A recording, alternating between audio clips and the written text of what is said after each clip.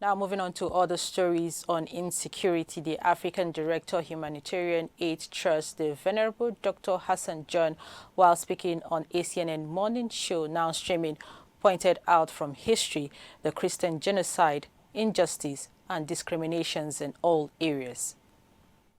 Nigeria, right from its foundation, has been set up in a deep crisis. From 1960, for instance, we got independence.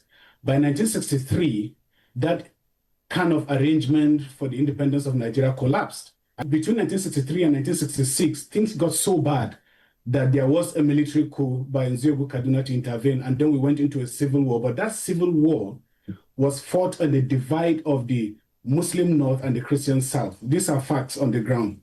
And have we recovered from that till today? I don't think so. The persecution have continued in different levels, different times, different years, just within the military dictatorship of 1967, let's say, all the way perhaps to 1999, when we started this democracy. The nation never healed. My observation, and more so that I've lived my life in the North, the subtle discrimination against Christians is all over the place. And again, if you go online and you do your little research, history shows that there is hardly any time or any year that minorities in the North or Christians have not cried out about this discrimination, either employment, in every areas. Discriminations have been there. Because Boko Haram came in 2000, when the Sharia saga engulfed the entire North with the establishment of Sharia law in every state. And then Boko Haram came into the scene effectively 2009, and the whole thing got weaponized. Persecution has been subtle, then it grew very violent. The very first video that was posted by Boko Haram in 2010 was calling for the massacre of Christians in Plateau State, and subsequent videos, of course, that have followed, and the mobilization to attack Christians. So I think it's always been there. And speaking further, Dr. Hassan lamented that the government have been too relaxed about the killings. He urged Nigerians, especially people living in the affected areas, to make use of any of the evidence they have, as it's the only voice they have. The elephant in the room and the major problem here, the government itself is complicit.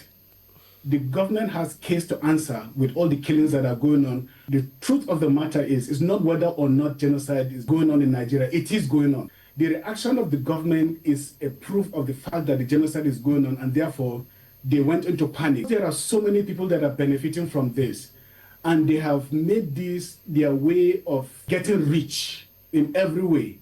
The fear that the United government will put Nigeria on the list of countries of particular concern also means that it is going to impact on them, not necessarily on the country, because what they want us to believe is that, oh, it's going to be bad for Nigeria. No, it's going to be bad mostly for their assets that they have abroad and everything, because the Nigerian government wants to hoodwink everybody, and they insult the collective intelligence of the people in the Middle Belt by refusing to acknowledge this. And instead of acknowledging the fact that there is genocide, the House not setting up or calling for an investigation on what is happening or why it is happening, they are setting up a committee to answer the American Senate. Something is happening. How many senators ever visited Plateau State? How many of them ever went to those villages to find out from these communities of all the killings, apart from the predictable narrative of paying courtesy call to the government house and then sending out media statements to say, we are so sorry about what has happened. The perpetrators will not go unpunished, and we'll make sure this thing has never happened again. The Nigerian government is trying to push us towards just